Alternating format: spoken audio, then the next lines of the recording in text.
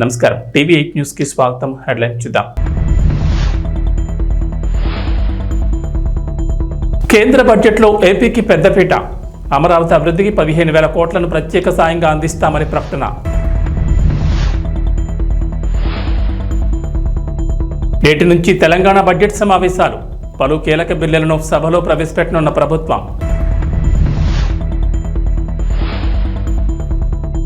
అసెంబ్లీకి మాజీ ముఖ్యమంత్రి కేసీఆర్. వివిధ అంశాలపై ప్రభుత్వాన్ని నిలదీసేందుకు అస్త్రశస్త్రాలు సిద్ధం చేసుకున్న గులాబీ బాస్.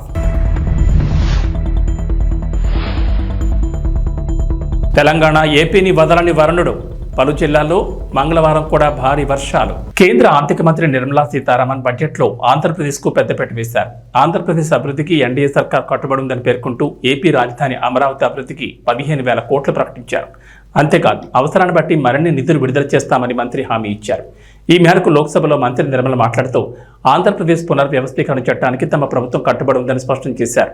ఈ ఆర్థిక సంవత్సరంలో అమరావతి అభివృద్ధికి 15,000 కోట్లను ప్రత్యేక సాయంగా అందిస్తామని చెప్పారు. దీంతో పాటు అమరావతి అభివృద్ధికి అవసరాన్ని బట్టి మరిన్ని నిధులు ఇస్తామన్నారు.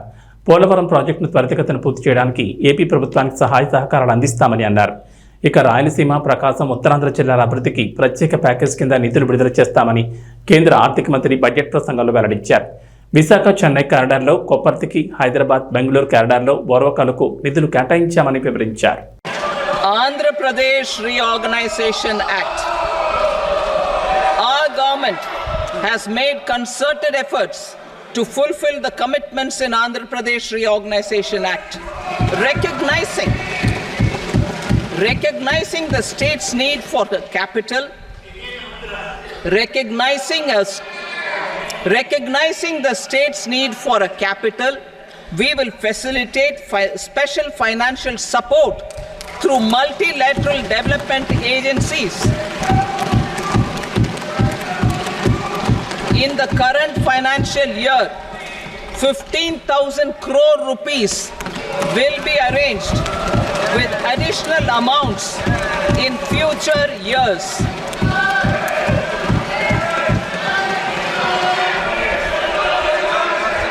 Our government is fully committed to financing and early completion of the Polavaram irrigation project, which is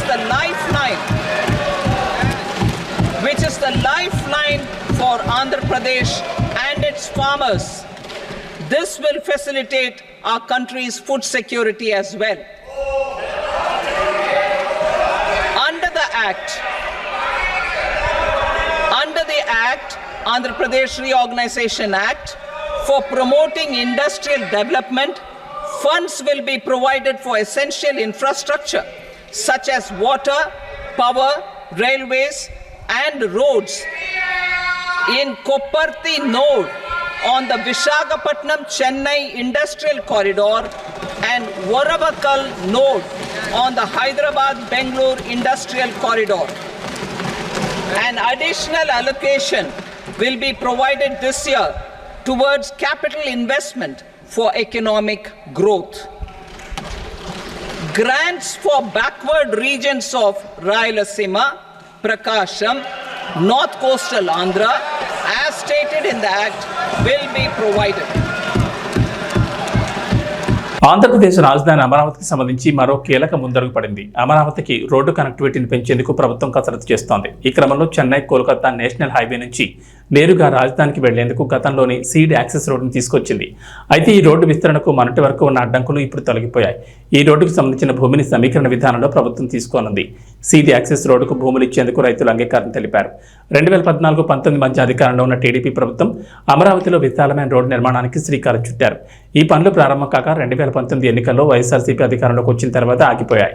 ప్రధానంగా కరకట్ట దిగువన ఉన్న మంతెన సత్యనారాయణరాజు ఆశ్రమం వరకు ఈ రోడ్డు వచ్చి ఆగిపోయిన సంగతి తెలిసిందే. మిగిలిన చోట రైతులు భూములు ఇచ్చేందుకు అంగీకరించలేదు.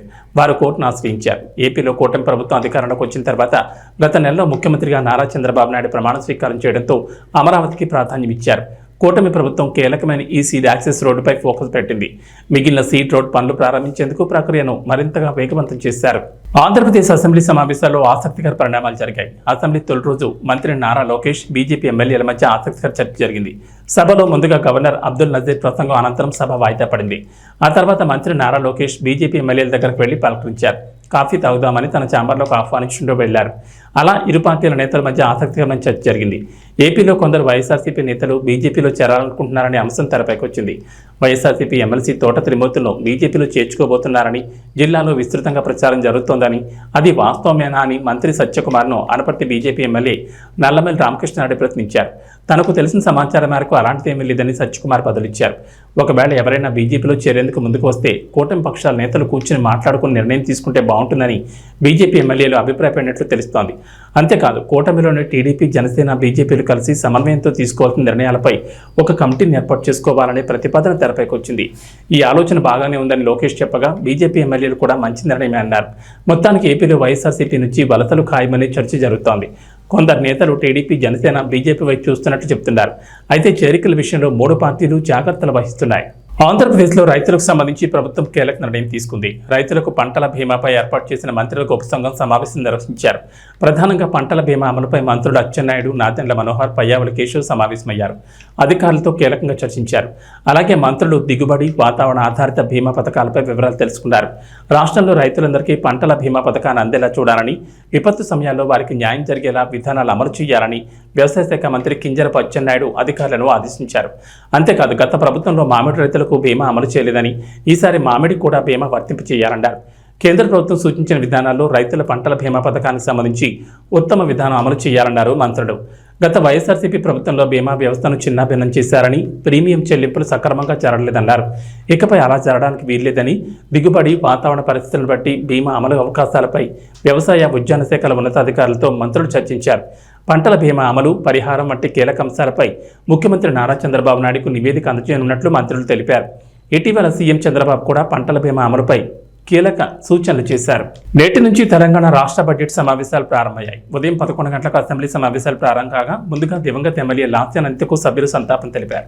అనంతరం బిజినెస్ అడ్వైజరీ కమిటీ సమావేశంలో అసెంబ్లీ నిర్వహణ, చర్చించాల్సిన అంశాలు మొదలైన వాటిపై ప్రభుత్వం నిర్ణయం తీసుకోనుంది. ఈ సమావేశాల్లో స్కిల్ యూనివర్సిటీ, ధరణి పోర్టల్ సమస్యల పరిష్కారం, విద్యా కమిషన్, రెవెన్యూ తదితర బిల్లులకు సంబంధించిన పలు కీలక బిల్లులను ప్రభుత్వం ప్రవేశపెట్టనున్నట్లు తెలిసింది.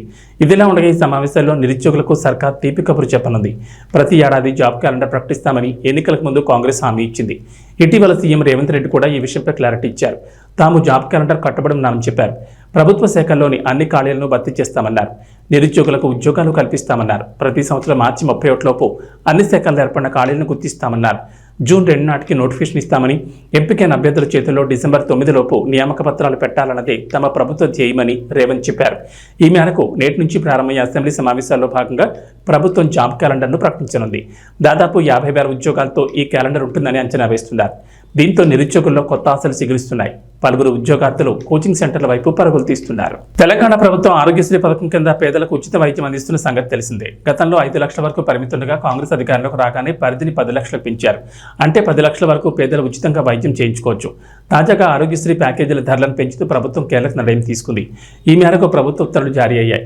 దీంతో పాటుగా కొత్తగా 163 చికిత్సలను ఆరోగ్యశ్రీ పథకంలో చేరుస్తూ నిర్ణయం తీసుకుంది. ప్రస్తుతం ఆరోగ్యశ్రీ పథకంలో 1672 చికిత్సలు అందిస్తుండగా వీటిలో 1375కు సంబంధించిన ప్యాకేజీలను పెంచారు. మరో 297 చికిత్సల ధరలను గతంలో ఉన్న విధంగానే ఉంచినట్లు ఉత్తర్వుల్లో వైద్య ఆరోగ్య శాఖ వెల్లడించింది. సామాన్య ప్రజల ఆరోగ్యమే లక్ష్యంగా తమ ప్రభుత్వం ముందుకెళ్తోందని వైద్య ఆరోగ్య శాఖ మంత్రి దామోదర్ రాజనరసింహ అన్నారు. పెరిగిన ప్యాకేజీలు, కొత్తగా చేర్చిన చికిత్సలతో ప్రతి ఏడాది ప్రభుత్వంపై 600 కోట్ల మేర అదనపు భారం పడుతుందని చెప్పారు. కొత్తగా సవరించిన 1375 చికిత్సల ప్యాకేజీల రేట్లు సగటున 20% వరకు పెరిగాయని చెప్పారు. తాజాగా చేర్చిన 163 చికిత్సలతో కలిపి మొత్తం 1835 చికిత్సలకు 10 లక్షల వరకు పేదలకు ఉచిత వైద్యం అందుతుందని మంత్రి వెల్లడించారు. ఉస్మానియా, గాంధీ, నిమ్స్, ప్రైవేట్ ఆసుపత్రుల స్పెషలిస్టులతో ఏర్పాటు చేసిన ప్రత్యేక కమిటీ ఇచ్చిన విలువైన సూచనల మేరకు కొత్తగా 163 చికిత్సలను ఆరోగ్యశ్రీలో చేర్చినట్లు చెప్పారు. భారత రాష్ట్ర సమితి అధినేత మాజీ ముఖ్యమంత్రి కె చంద్రశేఖరరావు ఎట్టకేలకు తొలిసారి ప్రతిపక్ష హోదాలో అసెంబ్లీలో అడుగుపెట్టారు.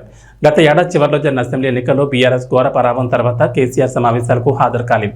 ఎమ్మెల్యేగా ప్రమాణ స్వీకారం సమయంలో ఆయన కాలుకు సర్జరీ కావడంతో అసెంబ్లీ సమావేశాల సమయంలో కాకుండా ఆ తర్వాత స్పీకర్ కార్యాలయానికి వెళ్లి ప్రమాణం చేశారు. ఆ తర్వాత జరిగిన సమావేశాలు కూడా కేసీఆర్ హాజరు కాలేదు.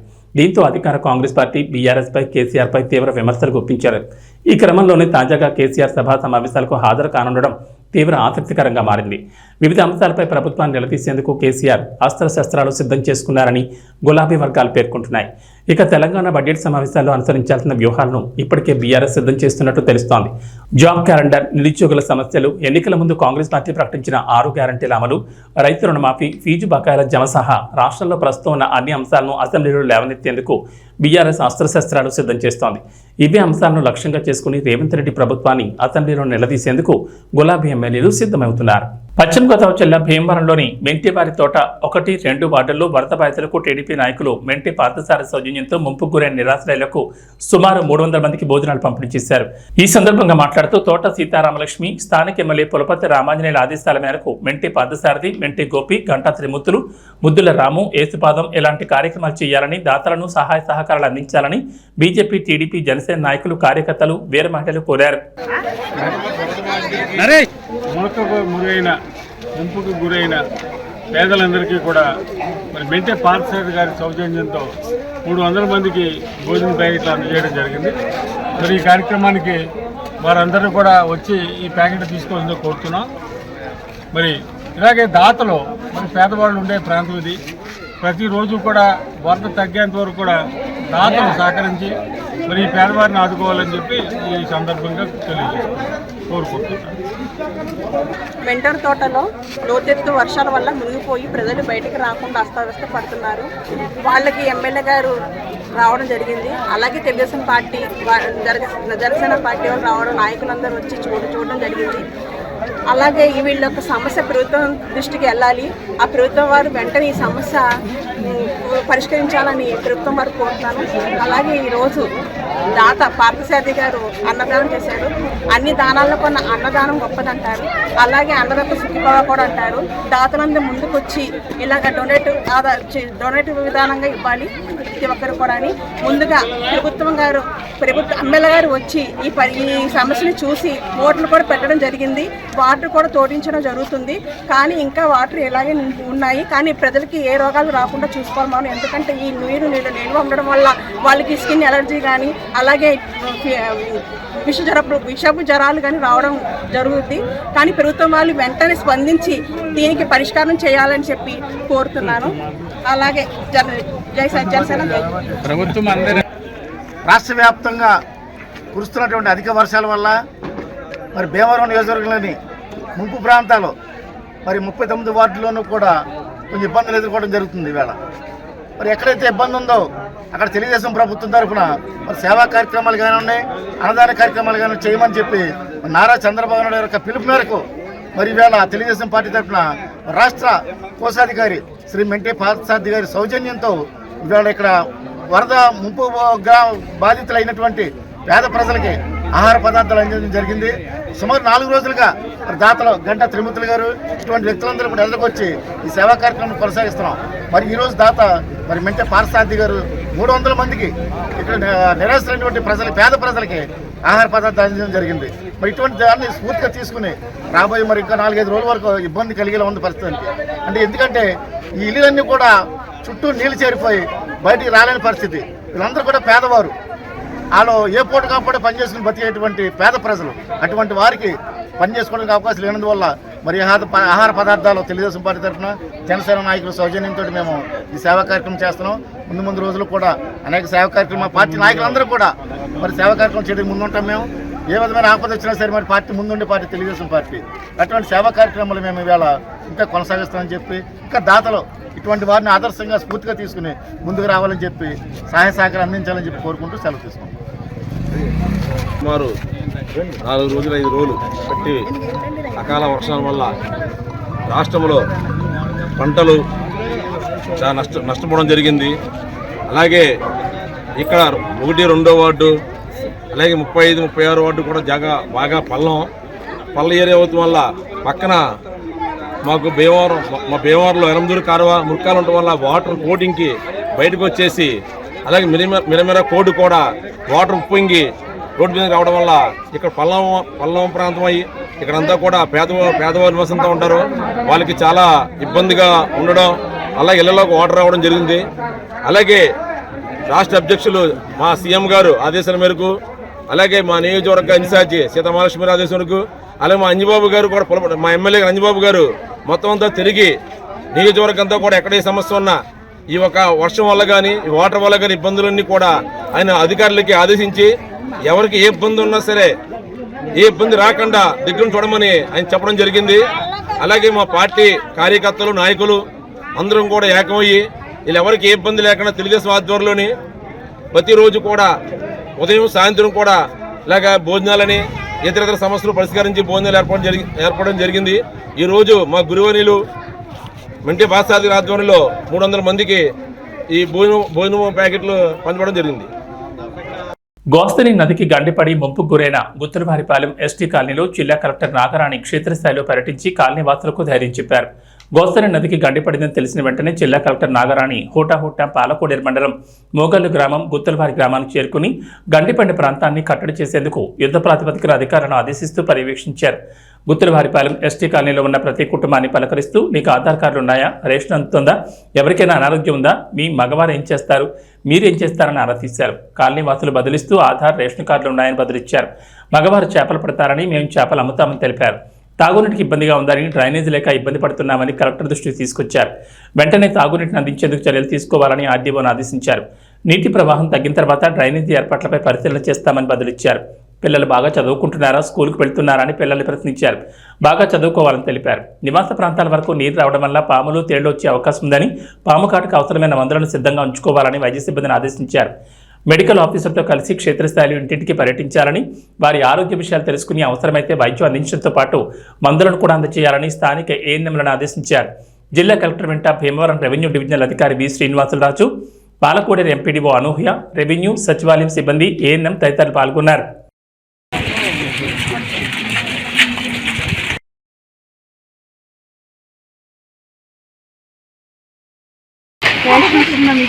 రేషన్ కార్డు ఉందమ్మా, బియ్యం అన్ని ఇస్తున్నారా బాబు? వీళ్ళకి అన్ని రేషన్ కార్డులు ఎవరికి ఇళ్లలోకి ఇక్కడ ఏం రాలేదు. అక్కడ వైట్ గా కనిపిస్తుంది అక్కడ కనిపిస్తుంది. అవును మేడం.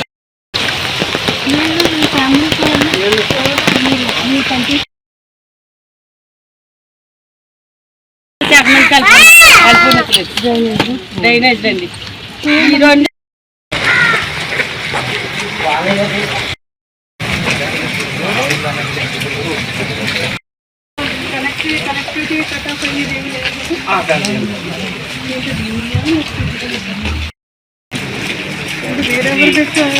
రేయ్, ఆడని ఎవరికైనా చూపించండ్రా, కూర్చోబెట్టి చెప్పండ్రా బాబు.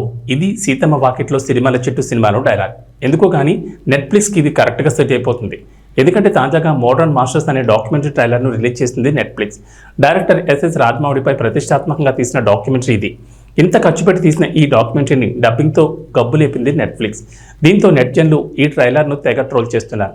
అసలు దీని సంగతి ఏంటో చూద్దాం. తెలుగు సినిమాను అంతర్జాతీయ స్థాయికి తీసుకెళ్లిన రాజమౌళిపై డాక్యుమెంటరీ అనగానే మన ఆడియన్స్తో పాటు పాన్ ఇండియా లెవెల్లో ఎంతోమంది ఆసక్తి చూపించారు.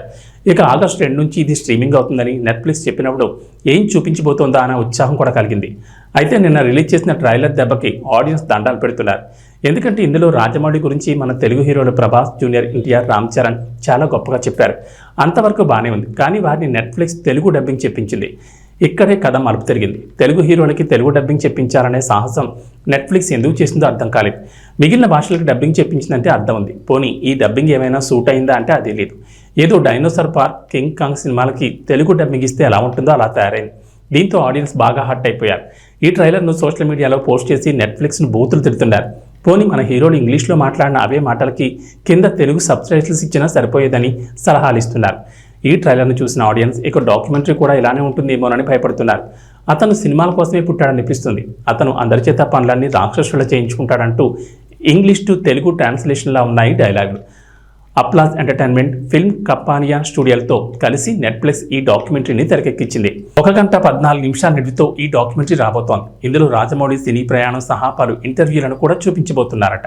హార్దిక్ పాండ్యాను కాదని సూర్యకుమార్ యాదవ్కు కెప్టెన్సీ ఎందుకు ఇచ్చారు?